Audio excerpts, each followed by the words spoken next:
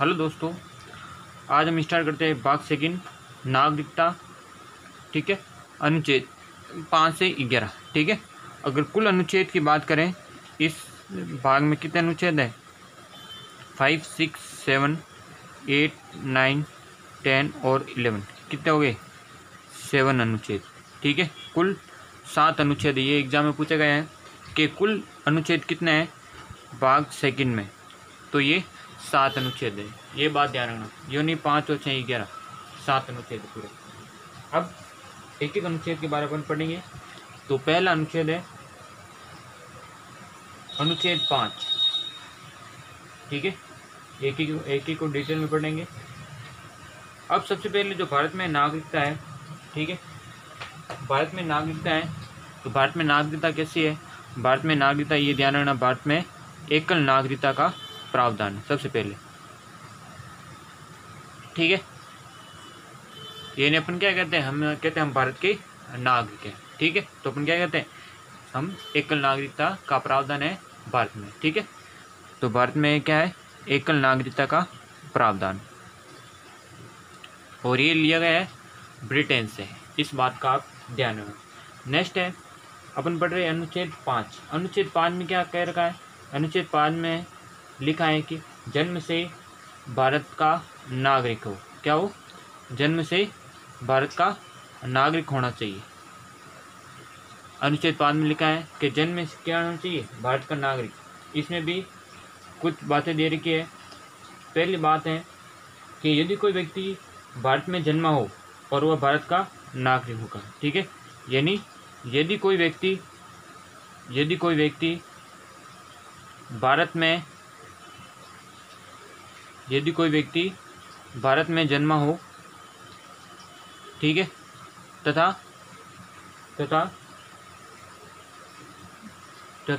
उसके माता या पिता, ठीक है, भारत में जन्मा हो, ठीक है, परंतु उसके माता पिता जन्मा हो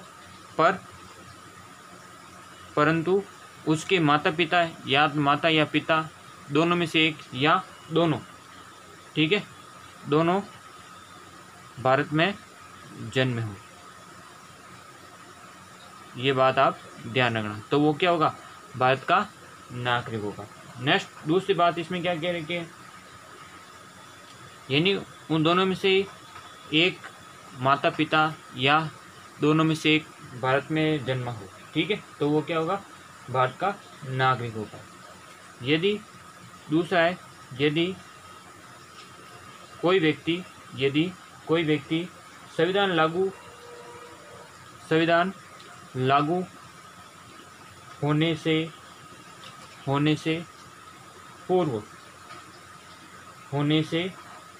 पूर्व लगातार 5 वर्षों, ठीक है, होने से पूर्व लगातार 5 वर्षों तक भारत में रहा हो, तो क्या होगा? भारत का नागरिक होगा। तो ये आपके अनुच्छेद 5 में ये बातें लिखी गई है। इस बात का आप ध्यान रखना। नेक्स्ट है अनुच्छेद 6।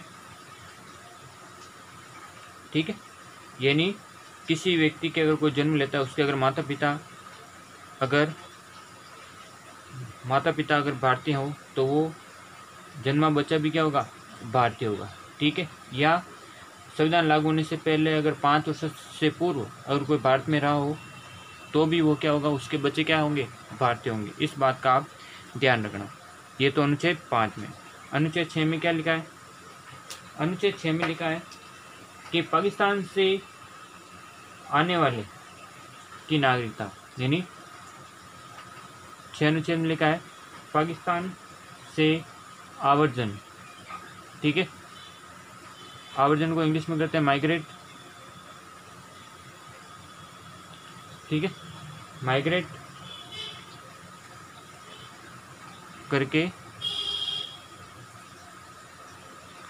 आने वाले, ठीक है, आने वालों की नागरिकता, यानी पाकिस्तान से अगर कोई बंदा आ रहा है तो उसके संदर्भ में क्या प्रावधान किया गया है? इसके लिए कहा गया है, पहला पॉइंट है कि वे लोग जो 19 जुलाई 1948 जो 19 जुलाई 1948 तक या उससे पहले भारत में आ गए, उससे पहले भारत में आ गए हो, यानी पाकिस्तान से 19 जुलाई 1948 से पहले या 19 जुलाई 1948 तक या उससे पहले भारत में आ गए हो, तो वो क्या होंगे, भारत के नागरिक होंगे। इस बात का आप ध्यान रखें, ठीक है। नेक्स्ट है, इसमें ही है कि वे लोग जो 19 जुलाई 1948 के बाद भारत में आए, ठीक है, भारत में आए, तो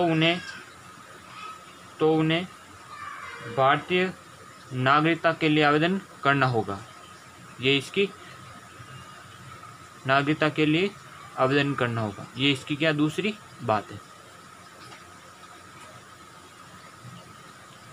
तो अनुच्छेद 6 में क्या है कि पाकिस्तान से आवेदन करने वाले व्यक्तियों की नागरिकता, ठीक है, पाकिस्तान से आने वाले, अब वे लोग जो 19 जुलाई 1948 तक या उससे पहले भारत में आ गए तो भारतीय नागरिक हो गए, या वे लोग जो 19 जुलाई 1948 के बाद भारत में आए तो उन्हें भारतीय नागरिकता के लिए क्या करना पड़ेगा, आवेदन करना पड़ेगा।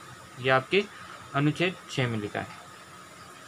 नेक्स्ट है अनुच्छेद 7।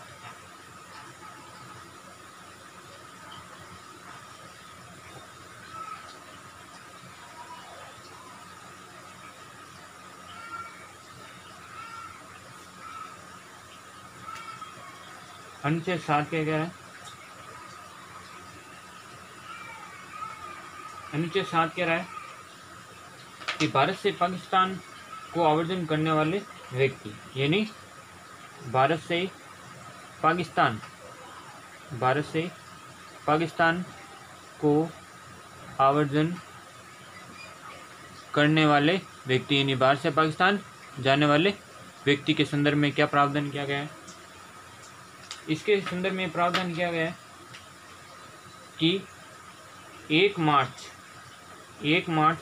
1947 को पाकिस्तान चले गए, ठीक है, को पाकिस्तान चले गए, वे भारत के नागरिक होंगे, वे क्या होंगे, भारत के नागरिक होंगे, ठीक है, वे भारत के नागरिक नहीं होंगे, सॉरी क्या होंगे, नहीं होंगे। यानी 1 मार्च 1947 को अगर पाकिस्तान चले गए हैं तो वे भारत के नागरिक नहीं होंगे, ठीक है। किंतु अगर वे 15 जुलाई 1948 से पहले भारत वापस आ गए तो वे भारत के नागरिक होंगे। इस बात का आप ध्यान रखें। यानी इसमें क्या गया अनुच्छेद 7 में कि भारत से पाकिस्तान को जाने वाले व्यक्ति के संदर्भ में इसमें कहा गया है कि 1 मार्च 1947 को पाकिस्तान चले गए तो वे भारत के नागरिक नहीं होंगे, किंतु 19 जुलाई 1948 से पहले अगर भारत वापस आ गए तो वे भारत के नागरिक होंगे। ये प्रावधान किस में किया गया है, अनुच्छेद 7 में। नेक्स्ट है अनुच्छेद 8।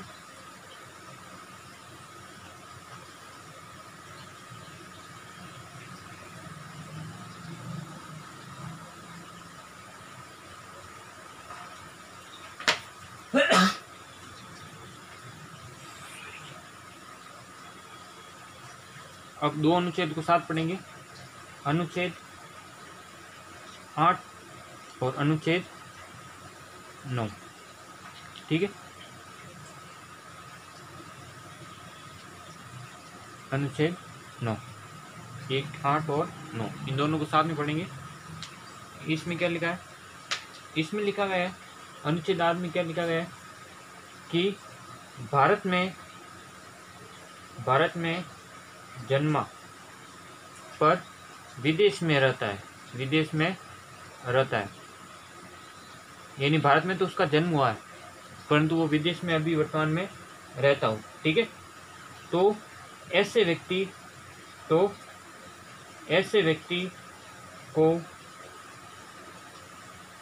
भारत सरकार अधिनियम 1935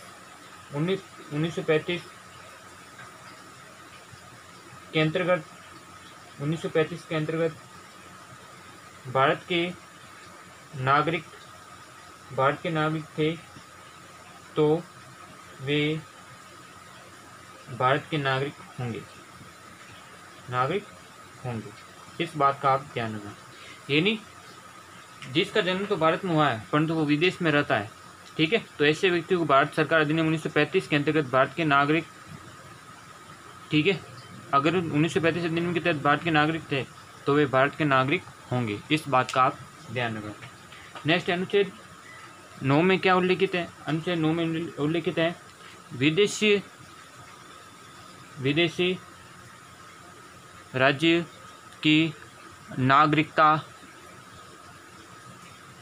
नागरिकता लेने पर, ठीक है।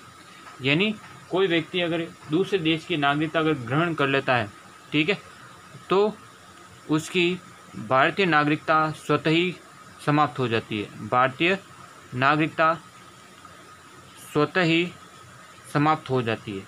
इस बात का आप ध्यान रखना, ठीक है। यानी दूसरे देश का अगर नागरिक बन जाता है तो स्वतः ही भारतीय नागरिकता क्या हो जाएगी? समाप्त हो जाएगी। ये अनुच्छेद 9 में लिखा है।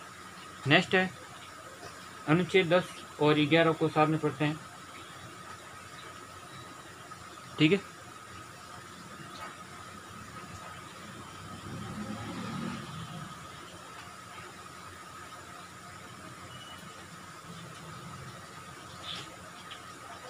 चलो पहले अपन पढ़ लेते हैं अनुच्छेद 10 को, ठीक है। अनुच्छेद 10 में क्या कहा गया है? अनुच्छेद 10 में क्या गया है?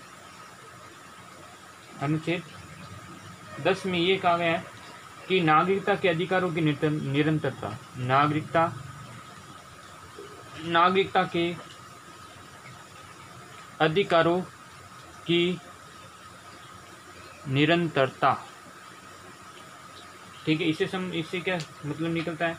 इससे मतलब ये निकलता है कि प्रत्येक व्यक्ति जो इस भाग के पूर्वगामी प्रावधानों के तहत भारत के नागरिक है या किसी भी कानून के प्रावधानों के अधीन होगा जो संसद द्वारा तैयार किया जा सकता है, ऐसे नागरिक बने रहेंगे, ठीक है। यानी कहने मतलब कोई भी अगर नया अधिनियम बनाया जाएगा, ठीक है, तो उससे पहले के जो पूर्वगामी प्रावधानों द्वारा अगर भारत का नागरिक है या कानून के प्रावधान के अधीन जो भी संसद निर्णय लेगा या संसद द्वारा तैयार किया जाएगा, ठीक है, नियम, तो उसके तहत जो भी तैयार किया जाएगा वो क्या होगा? नागरिक बने रहेंगे। यानी इसमें लिखा गया है कि पूर्वगामी प्रावधानों के तहत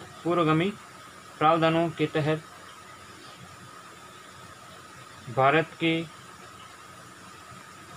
नागरिक है या किसी भी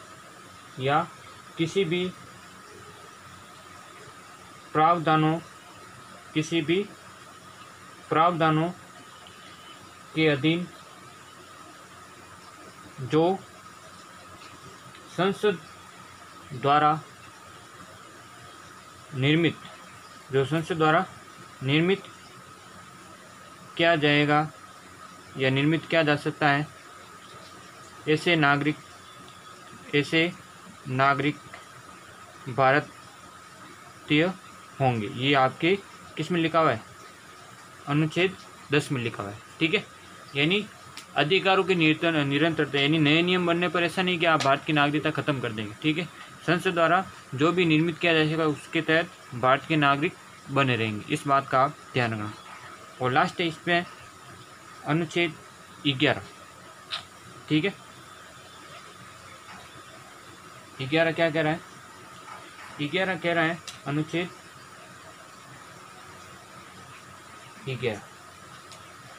11 में क्या लिखा है?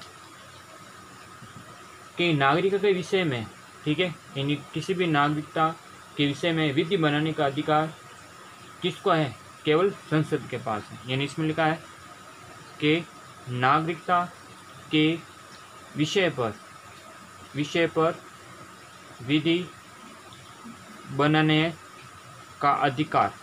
बनाने का अधिकार केवल संसद को प्राप्त है, यानी संसद के पास है, कहने मतलब, ठीक है।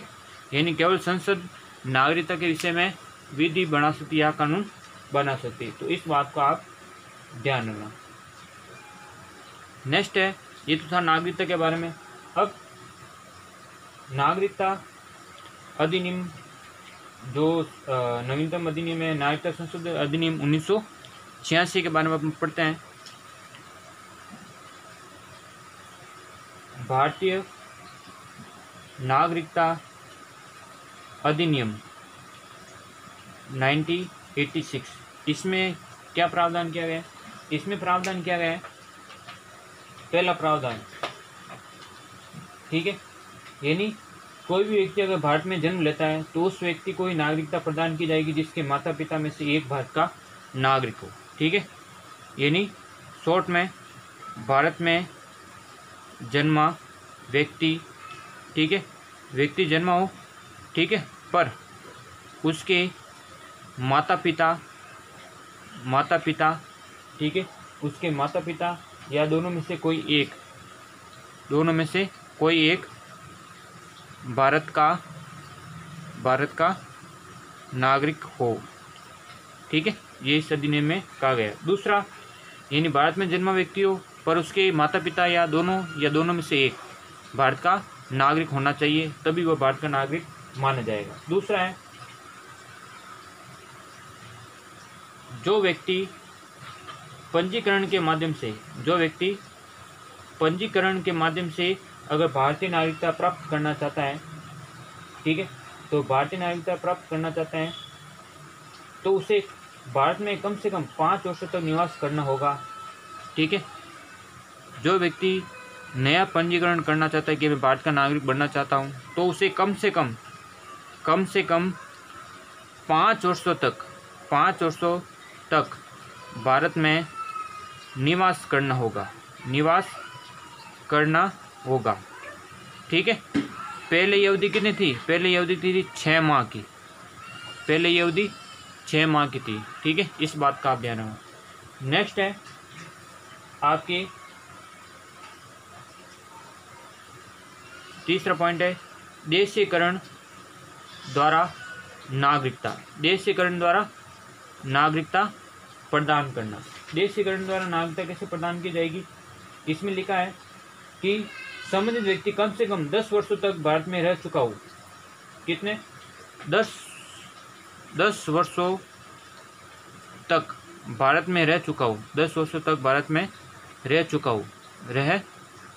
हो, ठीक है। यानी पहले 10 वर्षों तक भारत में रह चुका हो तो उसके द्वारा, ठीक है, नागरिकता प्रदान की जाएगी। किसके तहत? देशीकरण द्वारा। यानी 10 वर्षों तक भारत में अगर कोई व्यक्ति रह चुका हो तो वो क्या होगा? भारत का नागरिक होगा। इसके बारे में आप ध्यान रखना। नेक्स्ट है, नागरिकता किस प्रकार त्यागी जा सकती है या, ठीक है, तो नागरिकता का त्यागी जा सकती है, कह सकते हैं नागरिकता का अंत। तो नेक्स्ट टॉपिक है नागरिकता का अंत। तो नागरिकता का अंत किस प्रकार होता है? तो नागरिकता का अंत 3 प्रकार से, जो सवाल आपके एग्जाम में पूछा गया IAS में, ठीक है।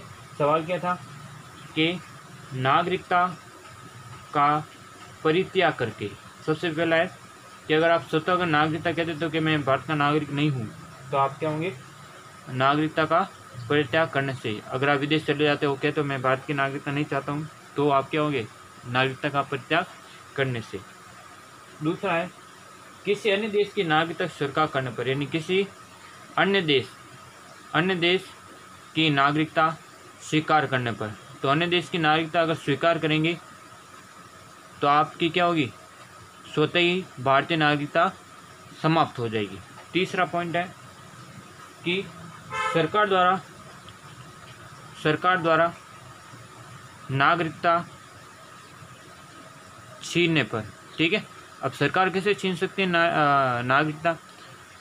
सरकार अगर मतलब जांच पड़ताल करके ये पाती है कि कोई व्यक्ति है किसी आतंकवादी या किसी अन्य देश के साथ, ठीक है, या किसी विद्रोही देश के साथ मिला हुआ है, ठीक है, तो उसकी नागरिकता सरकार द्वारा छीनी जा सकती है, ठीक है। तो आज के लिए हमने पढ़ा था अनुच्छेद 5 से 11, ठीक है, नागरिकता के बारे में। जो भारत में एकल नागरिकता है हमने पढ़ा था अनुच्छेद 5 से लेकर 11 तक। तो अगर वीडियो अच्छा लगे तो इसको लाइक करना, और कल हम पढ़ेंगे मौलिक अधिकार भाग 3। तो आज के लिए धन्यवाद।